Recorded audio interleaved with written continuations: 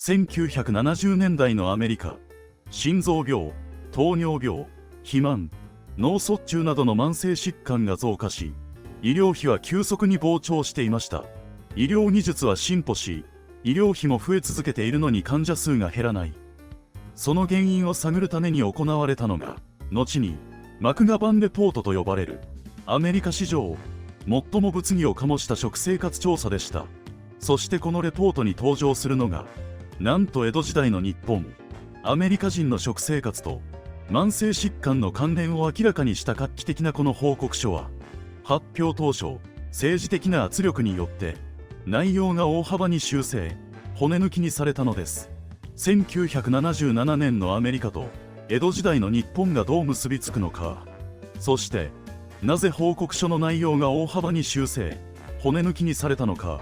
今回はその謎を探ってみましょう。どうぞ最後までお楽しみください。マクガバンレポート。この報告書が作成された最大の目的は、増え続ける医療費による国家財政の破綻を防ぐことでした。人道的な健康増進という側面だけでなく、非常に切実な経済的、政治的背景があったのです。どんなに高度な医療技術を開発しても、病気になる人が増え続ける限り、医療費は無限に膨らむ。病気になってから治すのではなく、病気にならないようにする政策を転換することで、国の支出を抑えようと考えたのです。上院栄養問題特別委員会は、食事と心臓病、がん、糖尿病、高血圧といった現代病との因果関係を科学的に立証するため、1、炭水化物と食物繊維、2、脂質、3、コレステロール、4、砂糖、5、塩分、6、タンパク質、この6つの栄養素、成分を主要な調査、評価項目とし、世界中の膨大な疫学調査や栄養学的データを約2年かけて調査、分析しました。この調査により、アメリカの食生活にはいくつかの構造的な問題が確認されたのです。1、食原病という概念。がん、心臓病、脳卒中などの主要な死因となっている病気を食原病と名付けました。栄養の欠乏ではなく、特定の栄養素の過剰と不均衡が病気を作っていると結論付けたのです。これらの病気は医学の進歩だけでは解決できず、食事を変えない限り防げないとしたのです。2、脂肪の摂りすぎと心臓病、がん。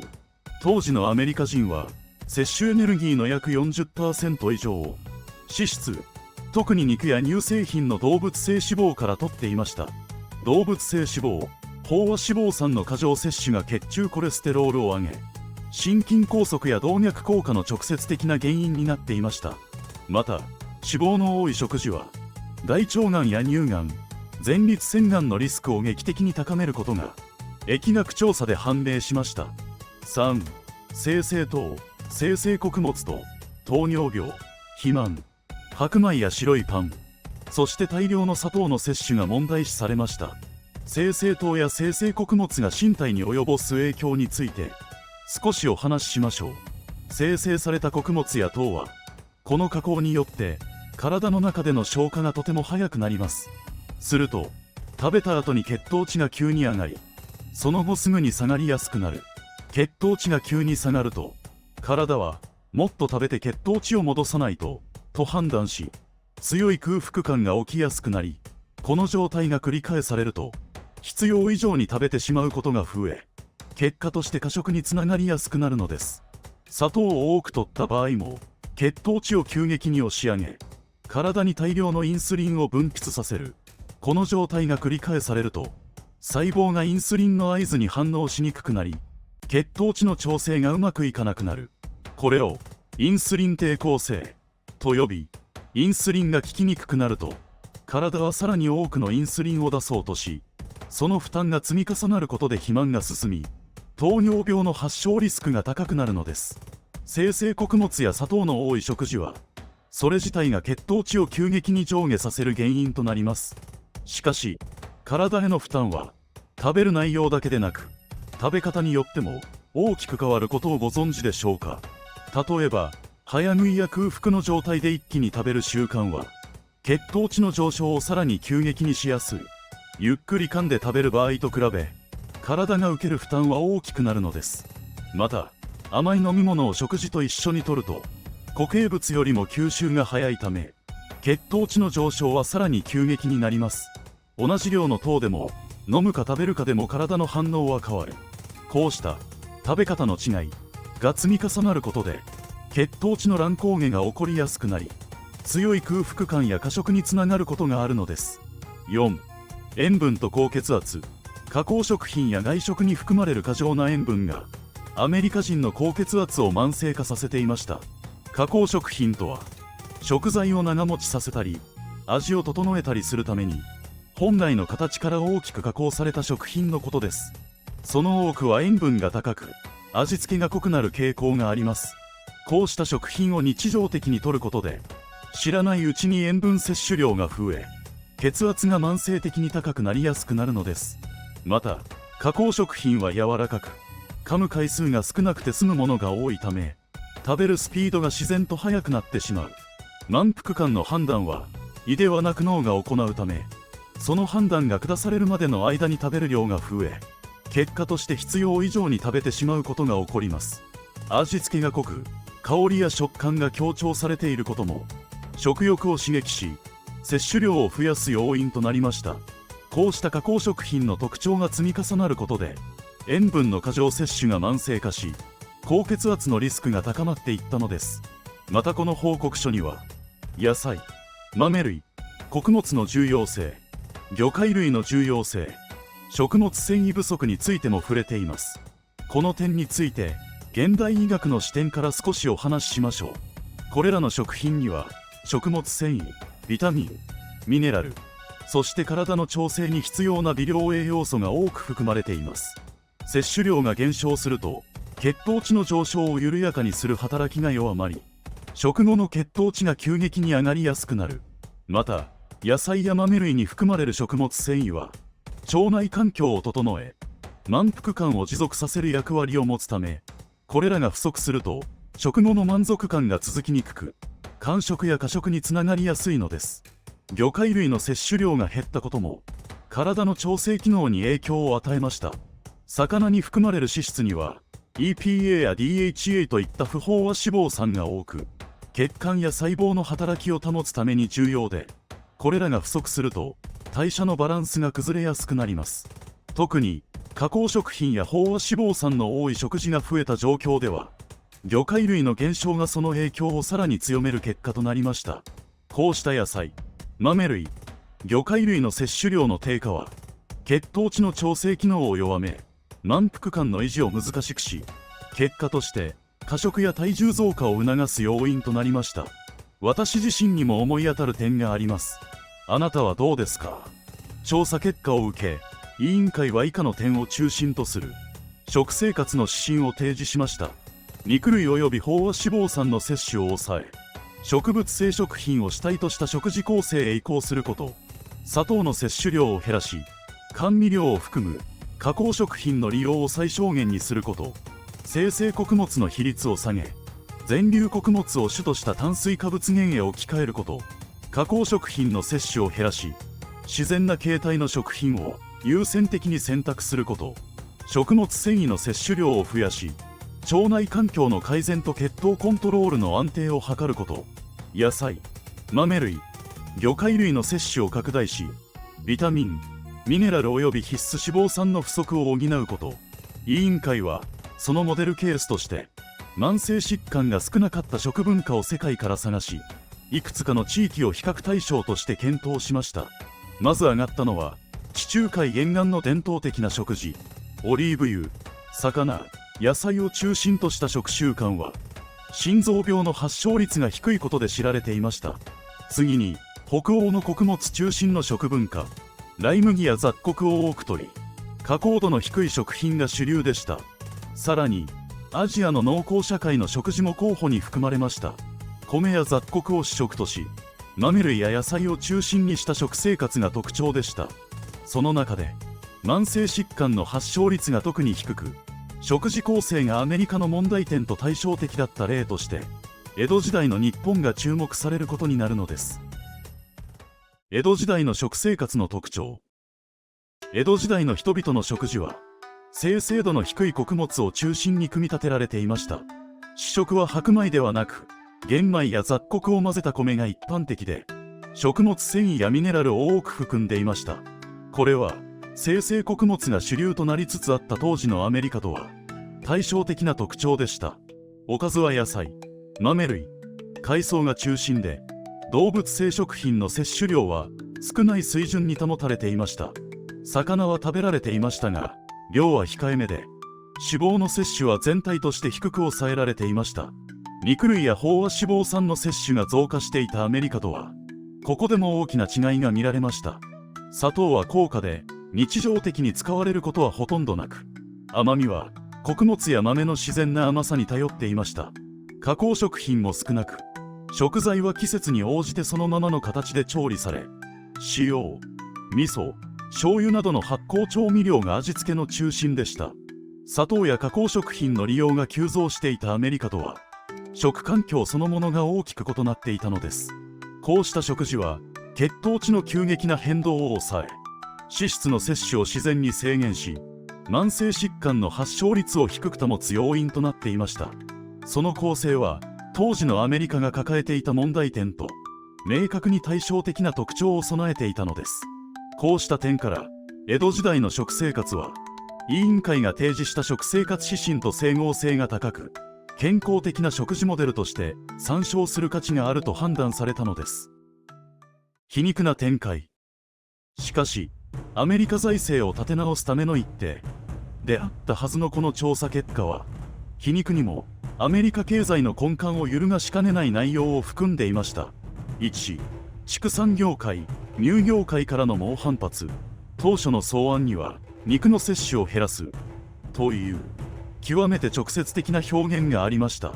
これを見た全米食肉協議会などの団体が、産業が壊滅的な打撃を受けると激怒。この委員会を指揮したマクガバン議員の地元サウスダコタ州も畜産が盛んだったため、支持基盤からの反発が大きな痛手となり、その次の上院議員選挙で落選してしまいます。最終的には肉を減らすという言葉は削られ、脂肪の少ない肉、鶏肉、魚を選ぶというマイルドな表現に置き換えられたのです。2、砂糖業界によるロビー活動。レポートは砂糖の摂取量を 45% 減らすという高い目標を掲げましたが、砂糖業界はこれに強く反対。科学的根拠が不十分であると主張し、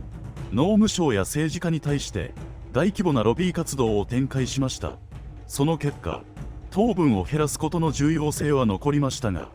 具体的な削減目標数値に対するトーンが抑えられる形となりました。3、医学界との対立。アメリカ医学会からも、国家が国民の食事に一律に介入すべきではないという批判が出ました。当時の医師たちは、栄養と病気の因果関係について懐疑的なものも多く、専門的な診察なしに全米に食事指針を出すのは時期尚早だと反論しました。科学的な厳密さを求める声に押され、レポートの記述は断定的な推奨から一部目標値というやや控えめなニュアンスに修正されたのです。科学的な正しさよりも政治的妥協が優先され、食品業界は低脂肪と謳いつつ味を補うために砂糖を大量に加えた加工食品を次々と開発しました。脂肪を減らしたはずなのに砂糖の摂取量が増え、血糖値の乱高下、インスリン抵抗性が進み、肥満率はむしろ上昇してしまいました。そんな中、日本食、特に元禄時代以前の伝統食は理想として残り続けました。アメリカの食肉業界や砂糖業界は自国の製品が否定されることには猛烈に抗議しましたが、遠い異国の伝統食が素晴らしいと言われること自体は彼らのビジネスに直接的な脅威とはならなかったからです。当時の日本人はアメリカ人と比べて心臓病による死亡率が圧倒的に低く、一方で寿命は非常に長いという明確なデータもありました。一つ非常に興味深いデータをご紹介しましょう。日本に住む日本人、ハワイに移住した日本人、アメリカ本土に移住した日本人の健康状態を比較した調査がありました。同じ日本人でもアメリカ風の食事に変わるにつれて、アメリカ人と同様に心臓病やがんが増えることが判明しました。これにより、病気の原因は人種や遺伝ではなく、食事にあるという動かぬ証拠となり、修正の余地がなかったのです。また、マクガバンレポートが導き出した理想的な栄養比率、炭水化物対脂質対タンパク質イコール60対25対15が、当時の日本の食生活とほぼ一致していたため、修正するどころか正解の証明として扱われました。マクガバンレポートの最終目的は医療費削減でした。日本のような食事をすればアメリカもこれほど医療費をかけずに健康になれるという主張は、アメリカ国民に食事改善を促すための最も強力なスローガンとして機能しました。それまでの肉食イコール栄養や豊かさというアメリカ人の常識を覆したのです。食事改善への関心が高まり、従来の西洋医学的な治療だけでなく、予防医学やサプリメント、代替医療への注目が高まり、後の健康食品、サプリメント市場拡大の土台となりました。このレポートの骨子は、その後もアメリカ人のための食生活指針として5年ごとに改定され、現代の健康基準の根幹となっています。マクガバンレポートは日本にも大きな衝撃を与え、健康的な伝統的な和食を見直すきっかけとなりました。しかし日本はこれを取り入れる一方で、欧米化された食生活を急速に進めてしまいました。結果としてアメリカがマクガバンレポートにより脱肉食高脂肪を進めてがんが減った一方で、日本は逆に肉や乳製品、インスタント食品の過剰摂取によりがんや糖尿病が右肩上がりで増え続けるという皮肉な結果となっています。理想の日本食。マクガバンレポートが理想として絶賛したのは、私たちが今イメージするとんかつ、天ぷら、霜降り肉などといった現代の和食ではありません。元禄時代以前、つまり17世紀末より前の日本人が食べていた非常に素朴で理にかなった食事スタイルです。一汁三菜と未生成穀物が主役。この時代の食事の最大の特徴は、エネルギーの大部分を玄米や雑穀から得ていたことです。主食は白米ではなく、食物繊維、ビタミン、ミネラルが豊富な玄米が基本でした。おかずは味噌汁に季節の野菜や根菜、煮物を合わせる形です。2、タンパク質は魚と豆。肉食の習慣がほとんどなかったこの時代の日本人は、小魚や貝類など丸ごと食べられるもの、豆腐や味噌、醤油、納豆などの発酵食品などからタンパク質を摂取していました。これにより飽和脂肪酸をほとんど取らずに質の高いタンパク質を摂取できていました。3、発酵食品による腸内環境の維持。漬物や味噌などの発酵食品が毎食のように取り入れられていました。レポートはこれらが消化を助け、免疫力を高める役割を果たしている点にも注目しました。4、季節の野菜と海藻。身近で採れる山菜、野草、根菜、そして海藻を多用していました。現代人が不足しがちな食物繊維と微量ミネラルをこれらから自然に摂取していました。マクガバンレポートが元禄時代以前の日本食と限定したのは、江戸時代の元禄期を境に日本では食文化が贅沢になり、以下のような変化が起きたからです。都市部で精製された白米を食べる習慣が広まり、ビタミン B1 不足による活気が流行した。砂糖や醤油が普及し、料理がより濃い味へと変化していった。マクガバンレポートの調査チームは、白米を食べるようになって病気が増えたという日本の歴史的事実を分析し、それ以前の玄米菜食こそが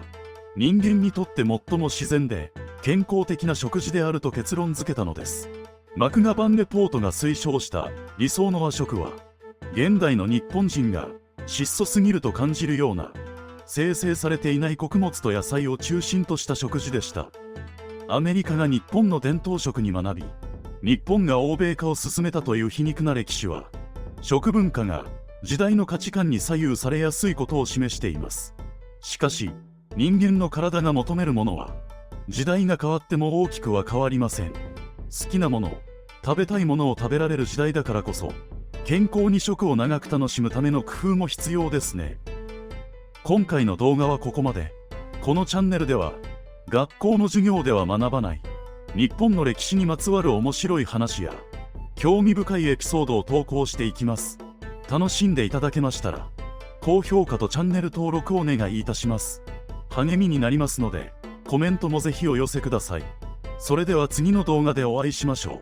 最後までご視聴いただきありがとうございました。